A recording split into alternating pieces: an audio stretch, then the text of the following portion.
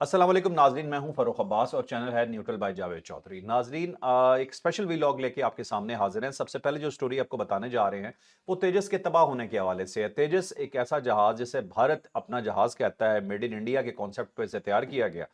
इस जहाज ने शर्मिंदा करवा के रख दिया भारत को। अब वैसे तो बीइंग अ पाकिस्तानी हमें इस चीज के ऊपर खुशी होती है जब इंडिया को नुकसान होता है, लेकिन इस स्टोरी के अंदर हमारे लिए थोड़ी सी तकलीफ दे चीज तमाम पाकिस्तानियों के लिए जरूर रही कि एक पायलट की जान गई। हम कभी किसी इंसान की जान जाने पे खुश नहीं हो सकते। हम पाकिस्तानियों की यह खसूसियत है, तो ये यहां पे हुआ। लेकिन ये भारत कर क्या रहा है? ये मेड इन इंडिया के नाम पे ये जो फ्लाइंग कॉफिन उड़ा रहा है, जिसमें इनके अपने फौजियों की तो जानें जा ही रही हैं, लेकिन नीचे जो लोग मौजूद होते हैं उनकी भी जानें सेफ नहीं होती। क्या पता किस टाइम उनके सर के ऊपर क्या चीज आ गिरे। तो तेजस कौन सा जहाज है, इसकी क्या खसूसियात हैं उसके मुकाबले में जो JF-17 थंडर जहाज है, हमारा जहाज, पाकिस्तान का जहाज जो है, ये कैसा जहाज है जो पाकिस्तान को ऑर्डर्स मिलने शुरू हो गए हैं दुनिया में? ये क्या है और इंडिया क्यों अब तक इसमें कामयाब नहीं हो सका कि अपना जहाज बना सके? हम कैसे कामयाब हो गए, ये बताएंगे। और फिर जो अमेरिकन ने हमारा हाथ ऊपर करके बता दिया है जी कि पाकिस्तान जीत गया, उसके ऊपर जरा डिटेल से डिस्कस करेंगे कि जो इंडिया पूरी दुनिया में ढिंडोरा पीटने की कोशिश कर रहा था, वो कहते हैं ना कि वो मुक्का जो लड़ाई के बाद याद आए अपने मुंह पे मार ले, तो उसी तरह का एक मुक्का इंडिया लहरा रहा था बार बार पूरी दुनिया के सामने जी कि हमने वो जंग जीती। तो पूरा एक वो केस ही खोल के रख दिया। एक रिपोर्ट ने, कांग्रेस की एक रिपोर्ट आई जिसमें बता दिया कि 4 दिन की जंग में क्या हुआ था, और बड़े जबरदस्त पॉइंट हैं। 800 पेजेस की ये रिपोर्ट है, लेकिन आंखें खोल देने वाली है। इंडिया की तो बैंड बज गई और मोदी साहब खामोश क्यों है ये भी जानिएगा। और फिर आज हम आपको ये भी बताएंगे जी कि पाकिस्तान से अब कौन कौन ट्रेनिंग मांग रहा है। लेकिन मसला ये है कि अगर सब कुछ हमने सिखा दिया तो ये क्या हमारे लिए नुकसानदेह नहीं हो सकता? ये भी जानिएगा आज के व्लॉग में। तो हमारे साथ मौजूद है बहुत ही स्पेशल आज हमारे मेहमान। और हमारे साथ कौन है आप गेस कर सकते हैं, यकीनन उनका ताल्लुक एयरफोर्स से। पाकिस्तान के vice chief retired Saeed Mohammad Khan साहब। सर बहुत बहुत शुक्रिया। आप, जब भी आपको मैंने रिक्वेस्ट की आपने मुझे कभी ना नहीं की, हमेशा टाइम दिया है। और आप खुद एक फाइटर पायलट रहे। तो पहला सादा सा सवाल जो मैंने अभी इंट्रो में तकरीबन चीज़ें बता भी दी हैं कि तेजस जहाज भारत का जो 1985 से बन रहा है, पाकिस्तान ने जब अपना जहाज 1995 में शुरू किया, 10 साल पहले ये जहाज मेड इन इंडिया के कॉन्सेप्ट पे तैयार हुआ या बनना शुरू हुआ। और आज इसकी ये हालत है कि ये दुबई के एयर शो के अंदर पहले इसकी ऑयल लीक की तस्वीरें आती हैं और उसके बाद पता चलता है जहाज क्रैश कर गया। इसके बारे में क्या कहेंगे, थोड़ी डिटेल बताइएगा, ये जहाज है क्या? अ, बिस्मिल्लाहिर्रहमानिर्रहीम। पहले तो फ़रूक बहुत बहुत शुक्रिया। अ, हमेशा आपके साथ आके बात करने का बड़ा मज़ा आता है। और माशाल्लाह आपका जो ये वीलॉग है ये पाकिस्तान में और पूरी दुनिया में बहुत पॉपुलर है। बहुत शुक्रिया। ठीक है। फ़रूक देखें, जो है ना, by the end of 90s Pakistan और इंडिया दोनों को जो है ना एक मेजर डायलेमा था। और वो ये था कि कोई 50 to 60% of the aircraft fleet जो थी दोनों साइड्स के ऊपर वो ऑब्सोलीट हो रही थी। हम्म। हमारी साइड पे हमारे पास A5 F7Ps, हम्म। मिराज थ्रीज और मिराज सेवन से वो जहाज़ जो हमने 70s और 80s में ख़रीदे थे और वो अब 25 से 30 साल हमारे साथ फ्लाई कर चुके थे। ठीक है। ठीक है। इसी तरह इंडिया के पास रशियन इन्वेंट्री थी, MiG-21s, MiG-25s, MiG-27s, हम्म। और अब उनको रिप्लेस करना था। सो तकरीबन दोनों एयर फोर्सेस को ज़रूरत थी कि तकरीबन 200 जहाज़ अपना रिप्लेस करें। हम्म। अच्छा, हर एयर फोर्स के अंदर फ़रूख जो कॉन्सेप्ट ऑफ फ्लाइंग होती है ना वो ये होती है कि जब आप एकेडमी से निकलते हैं तो आप इससे पहले कि अपने फाइटर स्क्वाड्रन को जाके ज्वाइन करें, आप जो है ना 2 कोर्सेज़ करते हैं। हम्म। एक होता है फाइटर कन्वर्जन कोर्स और एक होता है ऑपरेशनल कन्वर्जन कोर्स। ये दोनों कोर्सेज़ होते हैं कि आपको एक नॉर्मल ट्रेनर जहाज़ से एक फाइटर के ऊपर एज़ अ ट्रेनी लाया जाता है और आपको ऑपरेशनल पायलट बना के स्क्वाड्रन के हवाले कर दिया जाता है ताकि आप अब यानी कि स्क्वाड्रन आपको तैयार करे और जंग में आप उस स्क्वाड्रन का हिस्सा बने। हम्म। अच्छा, इसके लिए आपको एक ट्रेनर चाहिए होते हैं, तो 1 या 2 ट्रेनर चाहिए होते हैं, ट्रेनर एयरक्राफ्ट, ताकि वो आपको आपके पायलट्स को एडिक्वेट ट्रेनिंग दे सके। ठीक है। जब आपका पायलट स्क्वाड्रन में पहुंचता है तो आपको कुछ ऐसे जहाज चाहिए होते हैं कि जो मेंटेनेंस वाइज फ्रेंडली हों, जिनकी फ्लाइंग कॉस्ट ज़्यादा ना हो, और अगर कभी जहाज़ गिर जाएं, क्योंकि यंग पायलट्स उनको उड़ा रहे होते हैं, तो आपको इतना ज़्यादा नुकसान ना हो, ठीक है। फाइनेंशियल लॉस ना हो। हम्म। सो दोनों एयर फोर्सेस इस किस्म का जहाज़ ढूंढ रही थी। हम्म। अच्छा, जो जहाज थे जो कि चाइनीज और रशियन इन्वेंट्री के थे, दोनों एयर फोर्सेस उनमें इतनी ज्यादा इंटरेस्टेड नहीं थी। जो वेस्टर्न जहाज थे जो इस कैटेगरी में आते थे, जो आपके इन 200 जहाज़ों को रिप्लेस कर सकते थे, वो इतने महंगे हो गए थे बिकॉज ऑफ मनी एक्सचेंज, या आप कहें कि वेस्टर्न कंट्रीज ने भी उन जहाज़ों को इतना महंगा कर दिया था कि आपके लिए मुश्किल हो रहा था ठीक है। उन जहाज़ों को। सो दोनों कंट्रीज ने एक अपने अपने इंडिजिनस डेवलपमेंट प्रोग्राम किया। पाकिस्तान ने JF-17, अल्टीमेटली JF-17, पहले सुपर 7, फिर FC-1 और फिर JF-17, और इसी तरह इंडिया ने तेजास का प्रोग्राम शुरू किया। हम लोगों ने जो है ना को प्रोडक्शन की तरफ ज़्यादा गए। हमने जो हमारी स्ट्रेंथ्स थी, जो हमने उसको चाइनीज स्ट्रेंथ्स के साथ मैच किया। हमने चाइनीज से कुछ इंटरनेशनल वारंटीज़ ली और हमने इस जहाज़ की बुनियाद रखी। एक चाइनीज डिज़ाइनर हैं यांग वी, वो जो है ना, he is considered as the most genius designer of aircraft in China.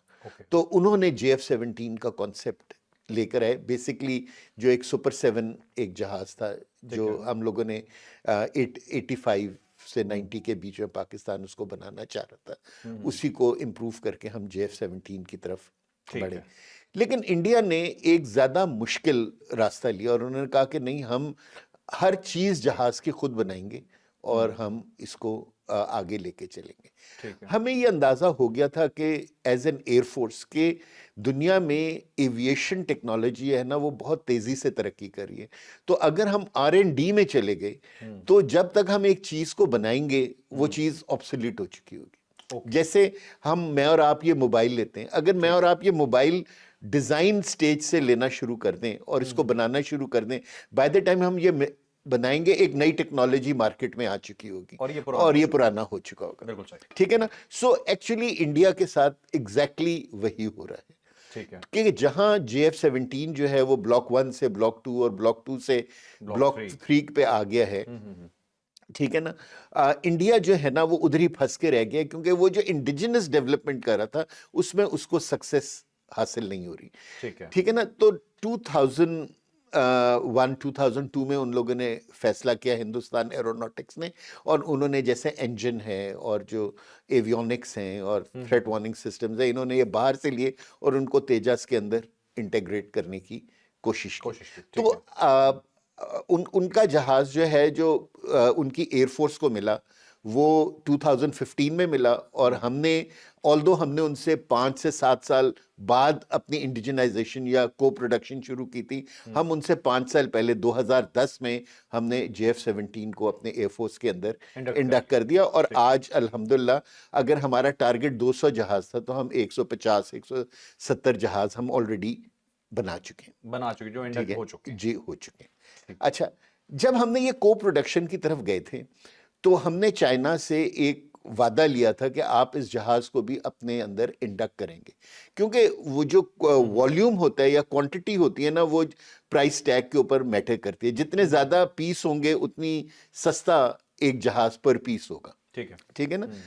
लेकिन समहाउ द अदर जब ये डेवलपमेंट्स हो रही थी, चाइना की जो एयरफोर्स का फाइटिंग कॉन्सेप्ट चेंज हो गया और वो J-10s और J-20s की तरफ चले गए और उन्होंने JF-17 को इंडक्ट नहीं किया अपनी एयरफोर्स में। सो हमारे लिए वो भी एक ड्रॉबैक था। लेकिन सबसे अच्छी चीज़ ये थी कि चाइना ने हमसे जो उनकी हाई एंड टेक्नोलॉजी थी उन्होंने हमें यानी कि शेयर की, और हमारे साथ वो JF-17 की को प्रोडक्शन में हमारे साथ साथ चलते रहे। ठीक है ना। अच्छा, अब जो है आज वो स्टेट आ गई है कि पूरी दुनिया में जो है जो एक हर एयरफोर्स चाह रही है कि जनरेशन 4 या जनरेशन 4.5 का जहाज इंडक्ट करे। ठीक है ना।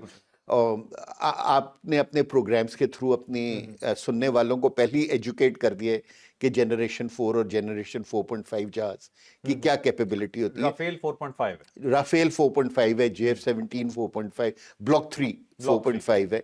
ठीक है ना। तो अब आपको एक ऐसा जहाज चाहिए था। अब पूरी दुनिया में ये जहाज जो है ये तकरीबन 80 मिलियन to $100 मिलियन पर पीस मिलते हैं। और अगर राफेल हो तो ये आपको मिलते हैं 120 से लेके 150 मिलियन डॉलर पर पीस। और अगर आप 4.5 ग्रेड का 4.5 ग्रेड ओके का, ठीक है ठीक है ना, क्योंकि आपने सिर्फ जहाज तो नहीं खरीदना होता ना, उसके साथ फिर उसके साथ मिसाइल्स खरीदने होते हैं, उसके साथ आपने उसकी बैकशॉप्स खरीदनी होती हैं, मेंटेनेंस गियर्स खरीदने होते हैं, तो वो एक बहुत कंप्लीट एक पैकेज होता है। जब वो आप पैकेज लेते हैं तो आपको ये इतना पर पीस पड़ जाता है, ओके ठीक है ना। अब पूरी दुनिया में बहुत कम ममालिक हैं जो एक जहाज की इतनी कीमत अदा कर सकते हैं, तो पूरी दुनिया जो है वो एक सस्ते एयरक्राफ्ट की तरफ देख रही होती है। तो ये दो जहाज जो है ना बड़े आइडियली प्लेस थे कि जी के ये जो मार्केट है जो दुनिया में जो मिडिल इनकम कंट्रीज की है उसको कौन कैप्चर करते हैं, ठीक है, जिसमें ठीक है। एक ये 17 थंडर और दूसरा और इंडियन तेजस तेजस तेजस थे। और इसके अलावा और कोई जहाज मार्केट में है नहीं कि जिसको हम कहेंगे जी कि वो एक जिसको कहते हैं ना सस्ता और आला, बिल्कुल वो इस तरह हो। ये तेजस भी सिंगल इंजन है या डबल इंजन नहीं, एयरक्राफ्ट? सिंगल इंजन, ये भी सिंगल सिंगल इंजन। इस वक्त जितने भी हैं राफेल, JF-17, क्या कहते हैं तेजस, ये सब सिंगल इंजन एयरक्राफ्ट हैं। क्योंकि जब आप डबल इंजन एयरक्राफ्ट में जाते हैं, हम ये बहस अभी बाद में कर लेंगे ठीक है, ठीक कि क्योंकि वो फिर वो एक आप टेक्नोलॉजी, वो फिर आप किसी दूसरी डायमेंशन में चले जाते हैं, ठीक ठीक है ना। अच्छा, तो अब इस जगह जो था ना एक बहुत बड़ी मार्केट है जो अभी भी मौजूद है, लेकिन उस मार्केट में जो है ना JF-17 तेजस के मुकाबले में ज्यादा नाम कमा रहे। ठीक। वजह उसकी ये है कि एक तो एयरफोर्स में, पाकिस्तान एयरफोर्स में वो जल्दी आ गया, 2010 में एयरफोर्स ने इसको इंडक्ट कर लिया। दूसरी इसके बाद के हमारे मुल्क के हालात ऐसे हैं कि हमारे फाइटर एयरक्राफ्ट जो हैं वो हर वक्त किसी ना किसी ऑपरेशनल एक्टिविटी के अंदर मशगूल होते हैं, इन्वॉल्व होते ठीक है ना। तो 2014 में भी इन्होंने हिस्सा लिया, 2016 में भी जो रद्दुल फसाद और जो क्या कहते हैं ज़रबे अज़्म थी जो, उनके अंदर भी हिस्सा लिया, जो ईरान के खिलाफ एक्शन हुआ, अगर आपको याद हो जी, वो जी, जब बिल्कुल, वो बिल्कुल। उसके अंदर भी JF-17 ने हिस्सा लिया 2019 2025। सो अब JF-17 के पास एक ऑपरेशनल हिस्ट्री है जिसके तहत वो जहाज एम्प्लॉय हुआ है और पाकिस्तान एयरफोर्स ने उस जहाज को इम्प्रूव किया है फ्यूचर रिक्वायरमेंट्स को मद्देनजर रखते हुए। तो एक आपने उस जहाज को जंग के अंदर डाला, जैसे आपने एक खिलाड़ी को मैदान में उतारा, उसने मैच खेला, मैच खेलते हुए उसने जो गलतियां की, आपने उन गलतियों को इम्प्रूव करके आपने उसको एक बेहतर लीग में लेके चले गए। तो JF-17 इस तरह इम्प्रूव करता रहा। ठीक है, अनफॉर्चुनेटली तेजा जो है ना वो अभी तक किसी कॉन्फ्लिक्ट के अंदर इन्वॉल्व नहीं हुआ। और दूसरा ये कि जो तेजा की जो सबसे बड़ी फॉल्ट हो रही है कि वो हाल जो है, जो हिंदुस्तान एरोनॉटिक्स लिमिटेड जो है, हाँ जी, वो जो है ना उसकी maintenance is very poor okay as of today. जी कि मैं ये गूगल पे देख रहा था कि 60% ऑफ द फ्लीट जो है जो इंडियन एयरफोर्स के पास तेजस की है वो ग्राउंडेड है because of maintenance issues, okay ठीक है ना। इसका मतलब यह है कि जो हाल है वो उन जहाज़ों को बहुत अच्छा सपोर्ट नहीं कर पा रहा अपनी इंडस्ट्री की तरफ से। मैं इसमें एक चीज पूछना चाहता हूँ, ये तेजस को कभी भी किसी कॉन्फ्लिक्ट में सामने नहीं लाया है, क्योंकि पंगे तो इन्होंने पाकिस्तान के साथ किए हैं पहले भी, 2019 में भी किया है, अभी भी किया है, लेकिन इन्होंने तेजस से कोई अटैक नहीं करवाया। लेकिन पाकिस्तान ने थंडर यूज किया पूरी तरह से। ये तेजस पे इन्हें कॉन्फिडेंस नहीं है, चक्कर क्या है?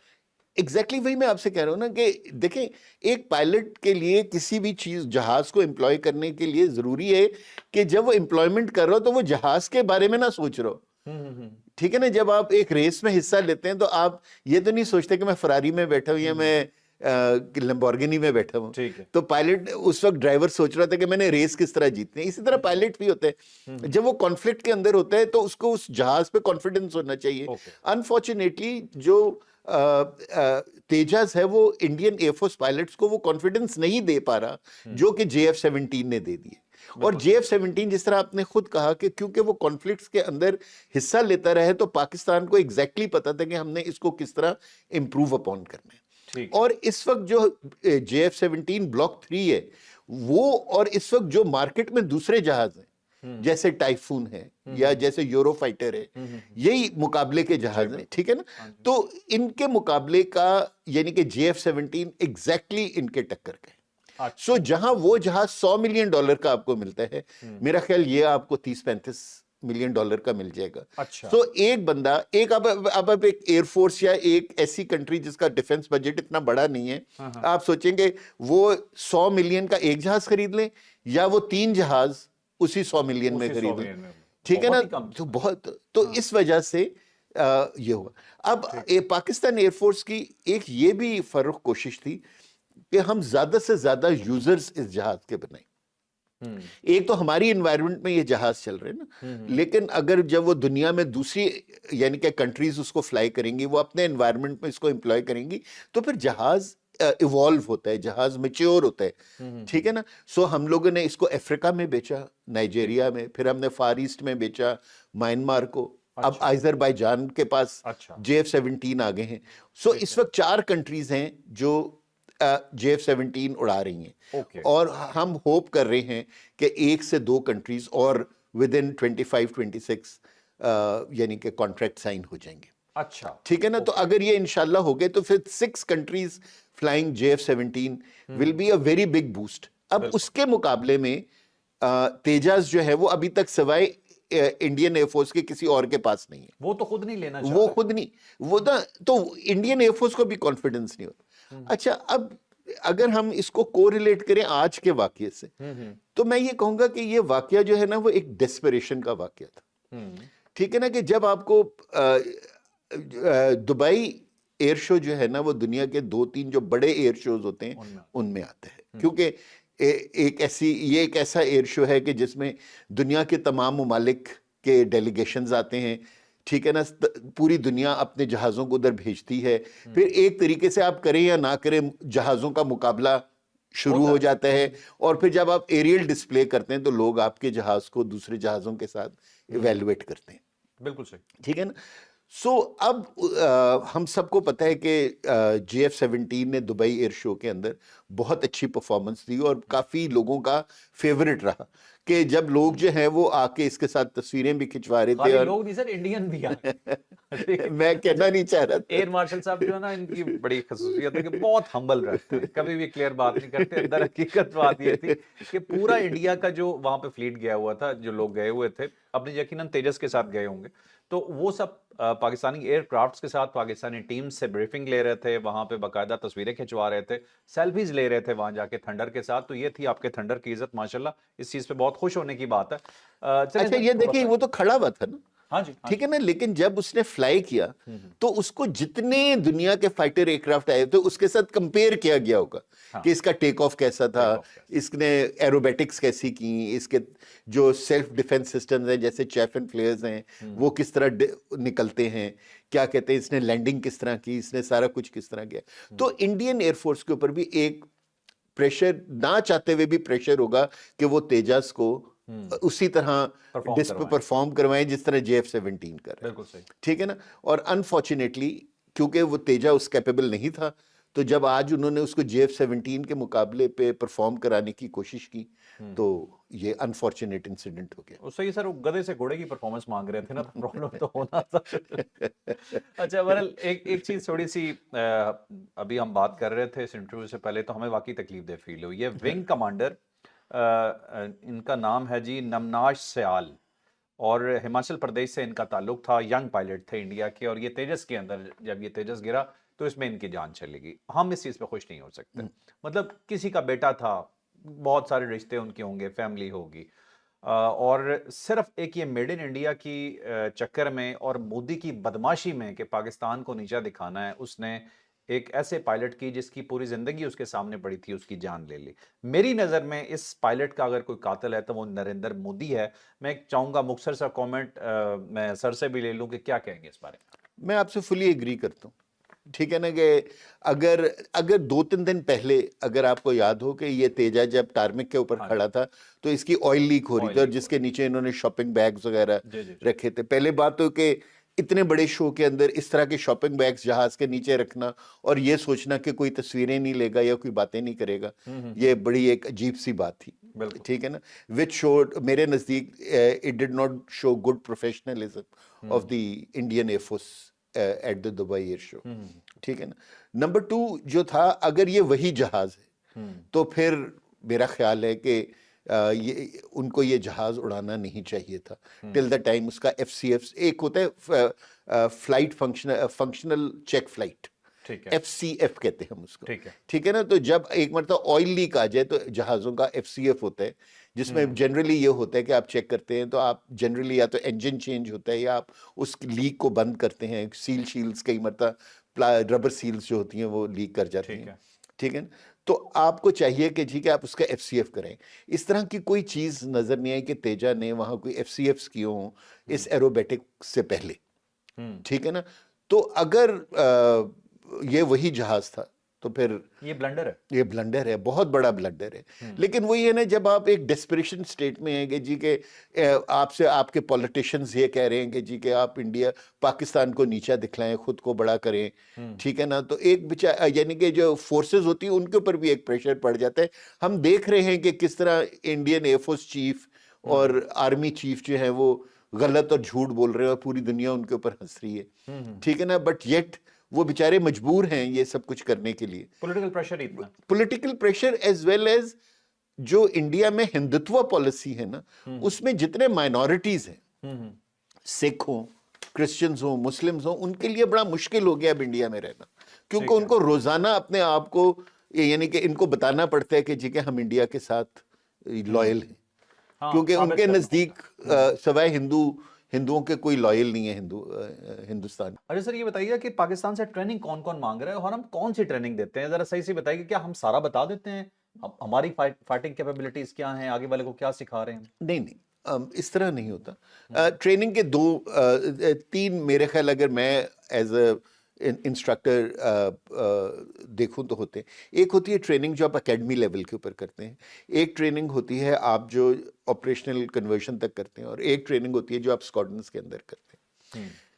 अच्छा, हमने आज तक कभी किसी को रिफ्यूज नहीं किया कि अगर वो हमारे पास आके ट्रेनिंग हासिल करना चाहते हैं एकेडमी लेवल के ऊपर, ठीक है। ठीक है ना। और हम एज पाकिस्तान एयरफोर्स हम ये बहुत इनकरेज करते हैं अपने दोस्तों को कि वो हमारे पास पायलट्स भेजें और हम उनको पायलट्स को ट्रेनिंग दे के वापस उनके ममालिक में भेजें, क्योंकि ये आप सोचें कि 30-35 साल के बाद अगर वो बंदा राइज करता है to the chief of the air force, ठीक है ना, ठीक है। तो कि दो कंट्रीज के रिलेशंस कितने मजबूत हो जाएंगे। सो हमने हमेशा अपने ममालिक यानी कि अपने दोस्तों को एकेडमी लेवल की ट्रेनिंग मुहैया की है। ठीक है। इसमें हमारे जो मेन क्लाइंट्स होते हैं वो हमारे गल्फ कंट्रीज हैं, अरब कंट्रीज हैं और फार ईस्टर्न कंट्रीज हैं, ठीक है। ठीक है ना।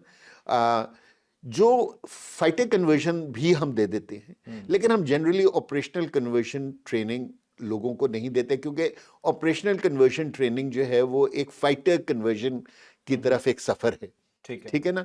और वो इसलिए है कि हम अगर उस यूनिट के अंदर वही जहाज इस्तेमाल होते हैं जो हमारी यूनिट्स में जहाज होते हैं, ठीक है। तो हम उन जहाज़ों का एक्सपोजर फॉरेन स्टूडेंट्स को नहीं देते। ओके। जहां तक मुझे याद है पाकिस्तान एयरफोर्स ने ये ट्रेनिंग OCU ट्रेनिंग सिर्फ एक कंट्री को दिया, वो है इराक, जो हमने 2014-15 में दी थी इराक को।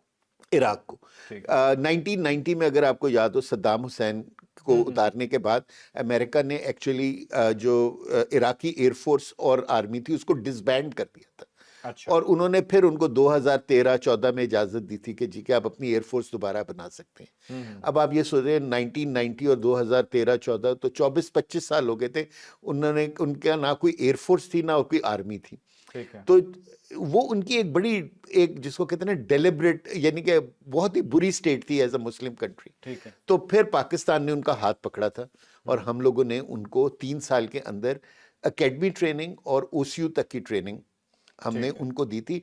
और मेरे ख्याल यानी कि मेजॉरिटी पाकिस्तानियों को नहीं पता कि इस वक्त जो इराकी एयरफोर्स का जो मेन बल्क है वो पाकिस्तान से ट्रेन होके उधर गया हुआ है, अच्छा। ठीक है ना। ठीक है। एक इससे हायर लेवल ट्रेनिंग होती है जो हम अपने स्क्वाड्रन पायलट्स को देते हैं, वो हम देते हैं कॉम्बैट कमांडर स्कूल में। और एक हमारा बहुत हायर स्कूल ऑफ लर्निंग है एयरफोर्स का, जिसको हम एस कहते हैं, air centre of air superiority air combat centre of excellence, ठीक है। ठीक है ना। ओके। तो उसको वहाँ जो है ना हम कॉम्बैट कमांडर स्कूल की ट्रेनिंग जो कि टॉप गन स्कूल ट्रेनिंग होती है वो हम किसी को नहीं देते, क्योंकि मतलब जो वो अमेरिकन टॉप गन की आप बात जो कर रहे हैं, हम जो उनकी American academy. Top gun school है बिल्कुल ठीक है। उसी तरह का स्कूल, बल्कि उससे बेहतर स्कूल, क्योंकि ये अच्छा। अमेरिकन कहते हैं कि हमारा कॉम्बैट कमांडर स्कूल जो है हाँ उनके हाँ। टॉप गन स्कूल से बेहतर है। ठीक है। ठीक है ना। तो हम वो ट्रेनिंग किसी को नहीं देते, क्योंकि वो हमारी अपनी ट्रेनिंग है जो हम दुश्मन के खिलाफ अपने जो पायलट्स हैं उनको ट्रेन करते हैं। अच्छा, अगर मैं सादा साहब से पूछूं कि मल्टी डोमेन ऑपरेशन जो आपने किया, हाँ, जिस तरह एयरफोर्स ने ये ये एस हम ने क्या, सिखाएंगे कभी किसी को? हाँ, नहीं ये मैं आपको बता रहा हूँ ना हाँ। कि ये जो है ना, ये जो मल्टी डोमेन ऑपरेशंस है ना, ये एस की डोमेन में आते हैं। ये भी ये टॉप अच्छा। गन स्कूल से ऊपर का अच्छा, ये उससे भी ऊपर ऊपर का लेवल है। अच्छा। ठीक है ना। और वो जिसको मैं सॉरी मैंने उसको आपको गलत बता दिया था, ए से बनता है air power centre of excellence. ठीक है। ठीक है ना। तो उधर ये सारी हायर लेवल प्लानिंग होती है, वहाँ हायर लेवल ट्रेनिंग दी जाती है, और वहाँ हम अलाउ करते हैं दूसरी एयर फोर्सेस को कि वो आए और एज एन एयर फोर्स हमारे साथ एक्सरसाइजेस करें। ठीक है। ठीक है ना। अब वो एक्सरसाइज में हम उनको सब कुछ नहीं बताते, लेकिन उनको काफी हद तक उनको हम एक higher level of operational concept ठीक वो है। प्रोवाइड करते हैं। ठीक है ना। तो अभी तक हमारे साथ बहुत सारी वेस्टर्न कंट्रीज ने ट्रेनिंग ली है, सऊदी अरेबिया, यूएई, अजरबैजान, ठीक है ठीक है। ना, अमेरिका, चाइना, ये सब हमारे पास आके ये एस में आके हमारे साथ जॉइंट एक्सरसाइजेस करते रहे हैं, और हम इसको अप्रिशिएट करते हैं। लेकिन हम सिर्फ ये एक्सरसाइजेस उनके साथ करते हैं जो हमारे बहुत करीब होते हैं। ठीक है। अच्छा, मुझे वैसे एक सवाल शुरू रही थी कि अगर इंडिया को प्रॉब्लम हो रहा है तो आप दावत देते हैं उन्हें, भाई बुलाएं, शायद हम कंप्लेन कर देते हैं। अगर वो वादा करे कि अच्छे रहेंगे तो फिर हम जरूर देने को तैयार हो जाएंगे। हाँ, दूसरा फिर ये है कि बंदा आप दुश्मन को बुला के गलत ट्रेनिंग दे दे, लेकिन फिर मुझे लगा कि जितनी गलत वो दे रहे हैं उससे ज्यादा गलत हम उन्हें क्या बताएंगे। देखिए अल्हम्दुलिल्लाह जो है ना, पाकिस्तान एयरफोर्स ने पिछले 78 ईयर्स में अपना एक नाम बना लिया, हाँ जी। और पूरी दुनिया जो है वो हमारी प्रोफेशनल एक्सीलेंस को मानती है। क्योंकि पाकिस्तान एयरफोर्स एक वाहिद, मैंने पूरी दुनिया की एयरफोर्सेस को देखा है, और हर एयरफोर्स अपनी एयरफोर्स के अंदर बहुत अच्छा इन्वेस्ट करती है, लेकिन जितनी हायर लेवल की ट्रेनिंग और जितना मेरिट का यानी कि पर अमलदारी इधर पाकिस्तान एयरफोर्स में होती है, किसी और एयरफोर्स में नहीं होती। और इसी वजह से आप देखेंगे सिंस आफ्टर 1971, मैं बड़े फख्र से आपको ये बात कर रहा हूं, आफ्टर 1971 54 ईयर्स हो गए हैं, पाकिस्तान एयरफोर्स का एक जहाज जंग में नहीं गिरा, अच्छा। एक भी नहीं। और हमने 28 जहाज गिराए। दुश्मन के गिराए। बिल्कुल ठीक है। मुझे आपकी बात से याद आ गया कि लॉन्गेस्ट शॉट इससे पहले F-15C की थी, जो जी, गालिबन इराकी एयरफोर्स पे ही फायर हुआ था, पाकिस्तान की ट्रेनिंग देने से पहले की पहले की बात है। बात। पाकिस्तान से जब ट्रेनिंग अभी उन्होंने नहीं हासिल, उसके बाद उनका जहाज वैसे नहीं जब गिराया उन्होंने गया। डेजर्ट स्टॉर्म किया था ना, हाँ जी। उसके अंदर हुआ था। उसमें 140 किलोमीटर की शॉट थी जो F-15 ने अमेरिकन पायलट ने ली थी, और वो फैली फैली आई थिंक 100 किलोमीटर्स की, 100 100 किलोमीटर। किलो। और अच्छा। हमने 6 और 7 मई की रात को उसको डबल कर दिया था डबल कर टू दिया। 200 किलोमीटर, 200 198 हाँ टू जी, बिल्कुल। 200 किलोमीटर्स। और तमाम शॉट्स कहते हैं कि पाकिस्तान की जो थी 150 प्लस थी। जी। और आपको ये भी फरूख जान के खुशी होगी कि ये जो 100 किलोमीटर्स की शॉट थी ना, it was a radar track shot, because जो यूनाइटेड स्टेट्स एयरफोर्स को कोई अपोजिंग फोर्स नहीं थी इराक नहीं की। थी। ठीक है ना। हमारे पास जो अपोजिंग फोर्स इंडिया की थी, जिसके पास हमसे बेहतर जहाज थे, और हमने ये नॉन जो है ना रडार ट्रैकिंग के हमने इस जहाज को गिराया था। तो ये एक पाकिस्तान एयरफोर्स ने एक नई टेक्निक सिखाई थी पूरी दुनिया को कि इस तरह भी बीवीआर मिसाइल लॉन्च किया जा सकता है। तभी तो दुनिया पागल थी, इसने किया क्या क्या है। है। अच्छा, चलें अब हमारा लास्ट टॉपिक जी। सर, एक लास्ट टॉपिक बस हम डिस्कस करना चाह रहे हैं कि जी, US China economic security review commission की रिपोर्ट है, बेसिकली कांग्रेस की रिपोर्ट है, और ये 800 सफ़ात पे है। 12 मेंबर थे इस कमीशन में जिन्होंने ये रिपोर्ट बनाई है। 4 दिन की पाकिस्तान की जंग में पाकिस्तान को फातेह करार दिया है, और उन्होंने ये कहा है जी कि जो अटैक था ना, ये इनका जो सो कॉल्ड, इन्होंने, हम तो यही कहते हैं कि इंडियंस ने खुद किया था, कश्मीर वाला जो था, पहलगाम का। पहलगाम वाला, वो कहते हैं कि इंसर्जेंट अटैक था। मतलब उसे नाम भी उन्होंने इंसर्जेंट अटैक कर दिया, और पाकिस्तान को क्लियर कट कहा कि मिलिट्री में पाकिस्तान जीत गया, फातेह करार दे दिया। एक तो ये इस रिपोर्ट के बारे में आप क्या कहेंगे? ऑब्वियसली हम खुश हैं, ठीक है, चाइना इसकी कुछ चीजों को निगेट कर रहा है, क्योंकि हालांकि लग ये रहा है कि अच्छा, इसमें एक और बड़ी मजे की चीज है कि चाइना की वेपनरी को, जो वेपन्स थे, उसे बड़ा हाईलाइट किया गया। और दूसरा, मोदी गवर्नमेंट बिल्कुल चुप है। जो ढिंडोरे पीट रहे थे पहले, इस रिपोर्ट को इंडिया ने अभी तक नेगेट नहीं किया, खामोश बैठे हैं। चक्कर क्या है? पाकिस्तान जीत गया, इंटरनेशनली बता दिया गया। इंडिया की चुप की वजह क्या लगती है आपको? इसलिए कि सच है। अच्छा। यानी कि वो जो अपने लोगों से झूठ बोल रहे थे कि जी कि हम मार्के हक जीत गए हैं या जो सिंदूर 1 जीत गए हैं, तो पूरी यानी कि यूनाइटेड स्टेट्स कांग्रेस को जो रिपोर्ट पेश की गई है उसमें ये बताया गया है कि नहीं, जो इंडिया अपने लोगों को बता रहा है वो झूठ बोल रहा है और पाकिस्तान एक्चुअली ये जंग जीत गया है। अच्छा, फरूख, ये जो रिपोर्ट है ना, ये प्राइमरीली इंडिया पाकिस्तान जंग के बारे में नहीं है, ये बेसिकली चाइना के बारे में एक रिपोर्ट है कि और उसके इकोनॉमिक और सिक्योरिटी स्टेप्स जो उसने लिए हैं उनके ऊपर अमेरिका को किस तरह रिएक्ट करना चाहिए। रिपोर्ट बेसिकली उस एंगल पर है। इसमें उन्होंने ये कहा है कि जी के एक तो पाकिस्तान ने चाइनीज वेपन्स को पहली मर्तबा किसी कॉम्बैट के अंदर एम्प्लॉय किया, जैसे J-10C और PL-15 HQ-9, ठीक है ना, ये या जो जिस मिसाइल के साथ S-400 को उड़ाया गया था, ये वो सारे मिसाइल्स जो थे ये पहले कभी जंग में इस्तेमाल नहीं हुए थे, तो इनकी कोई हिस्ट्री नहीं थी to be used in combat. So Pakistan ने पहली मर्तबा इन वेपन्स को इस्तेमाल करके पूरी दुनिया में चाइनीज वेपन्स की वाह करा दी।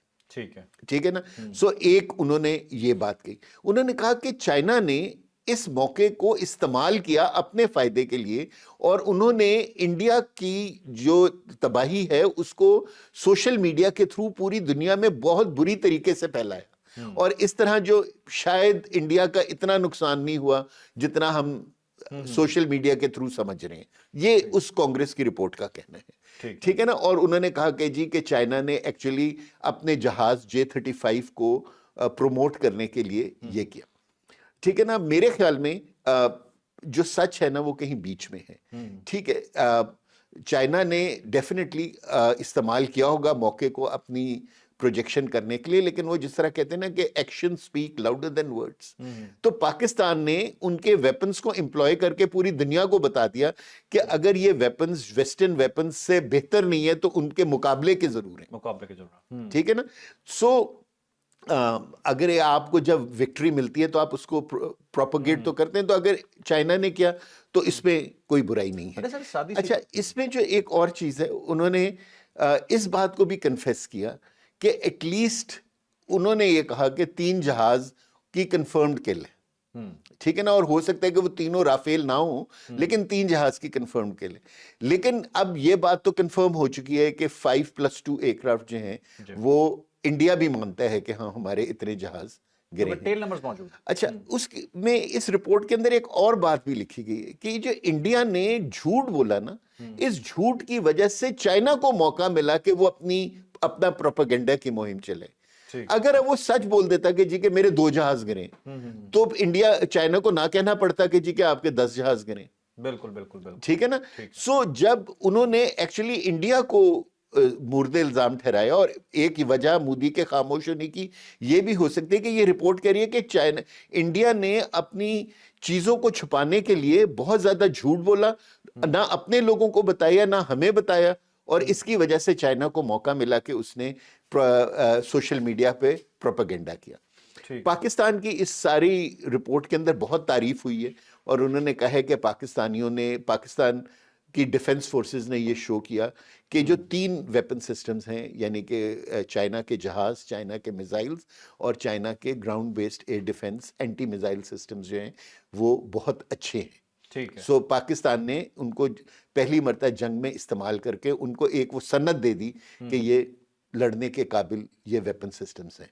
और क्योंकि ये वही जो हम JF-17 और यूरोफाइटर का मुकाबला जब कर रहे थे, तो अब चाइना यही लॉजिक लेके दूसरों के पास जा रहे हैं। जैसे इंडोनेशिया ने 42 राफेल्स का कॉन्ट्रैक्ट किया हुआ था।